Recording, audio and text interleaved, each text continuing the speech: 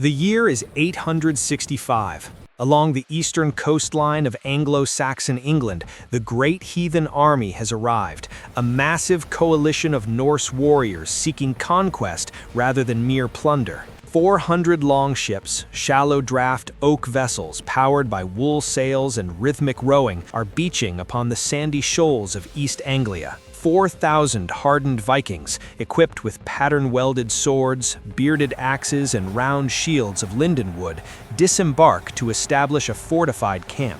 They represent the pinnacle of 9th century mobile warfare, governed by decentralized command and fierce psychological resilience. Suddenly, the atmospheric pressure shifts violently, a localized meteorological anomaly characterized by high-frequency electromagnetic displacement ripples across the gray sky. From a tear in the fabric of the troposphere, 4 A-10 Thunderbolt II close air support aircraft emerge at an altitude of 3,000 feet.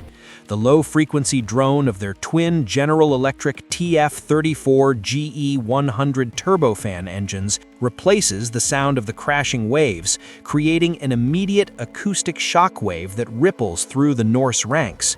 The pilots, operating under standard North Atlantic Treaty Organization protocols, immediately recognize a total navigational displacement.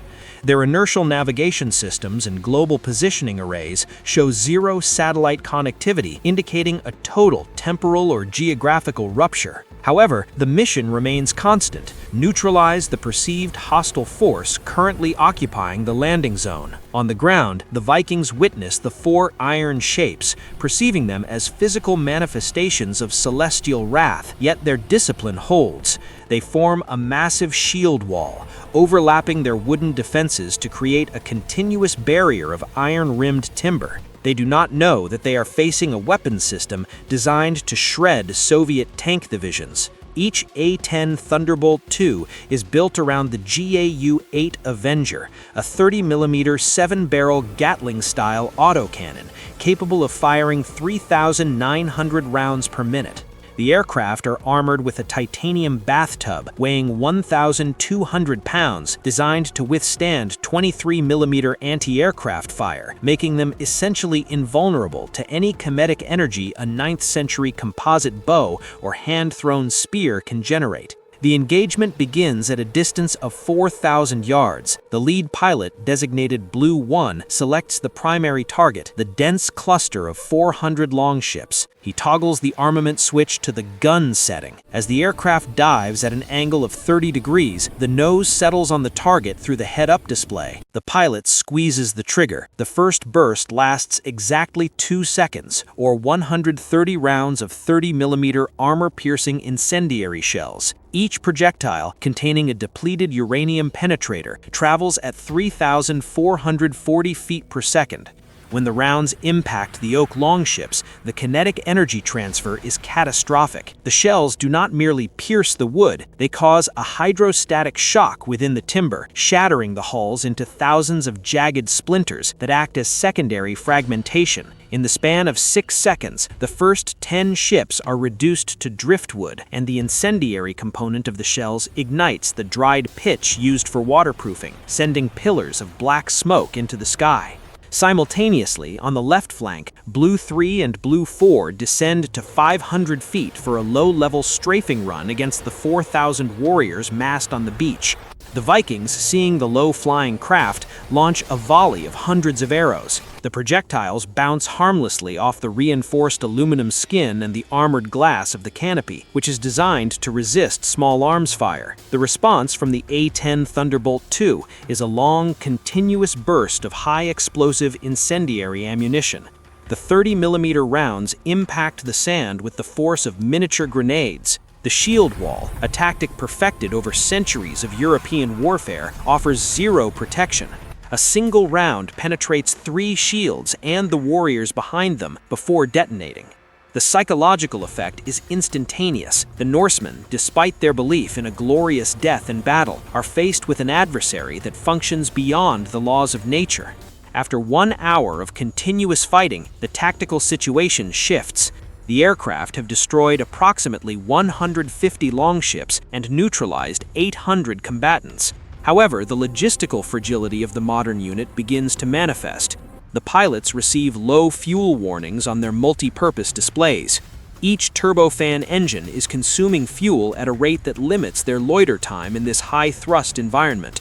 Furthermore, the GAU-8 Avenger cannons, which began the mission with 1,170 rounds each, are now at less than 30% capacity. Blue 1 orders a conservation of ammunition, switching from the main gun to the remaining ordnance on the hardpoints. Each aircraft carries Mark 82 500-pound general-purpose bombs and rocket-assisted projectiles. The Vikings, observing the cessation of the thunder, begin to adapt. Their commanders, realizing the aircraft must remain in motion to survive, order the men to scatter into the dense tree line of the English countryside. They move with tactical flexibility, using the terrain to mask their heat signatures from the aircraft's forward-looking infrared sensors. As the sun begins to descend, the A-10 Thunderbolt II pilots activate their night vision goggles and thermal imaging. They see the heat blooms of the 4,000 men hiding beneath the canopy of trees. Blue 2 rolls the aircraft into a steep bank and releases a CBU-87 combined effects munition. The canister opens at an altitude of 1,000 feet, releasing 202 individual submunitions. These bomblets saturate a rectangular area of 200 by 400 meters, shredded the foliage and the men beneath it with shaped charged jets and fragmentation rings. As the sun disappears beyond the horizon, the crisis point is reached. The 4 aircraft are now operating on their reserve fuel tanks. The internal diagnostic systems indicate that the gun barrels are reaching critical temperature thresholds due to the rapid fire cycles.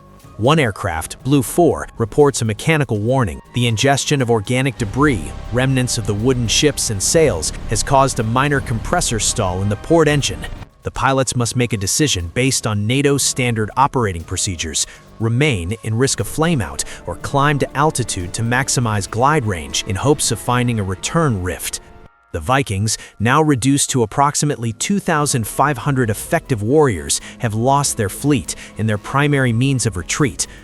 Their psychological state has evolved from pure terror to a grim, suicidal resolve. They congregate in the center of the ruins, forming a massive Sven-Filking or boar snout formation, raising their remaining banners. The A-10 Thunderbolt II flight makes one final pass using the last of the 30mm ammunition. The sound of the 7-barrel cannon, a deep mechanical growl, echoes for miles across the deserted coast.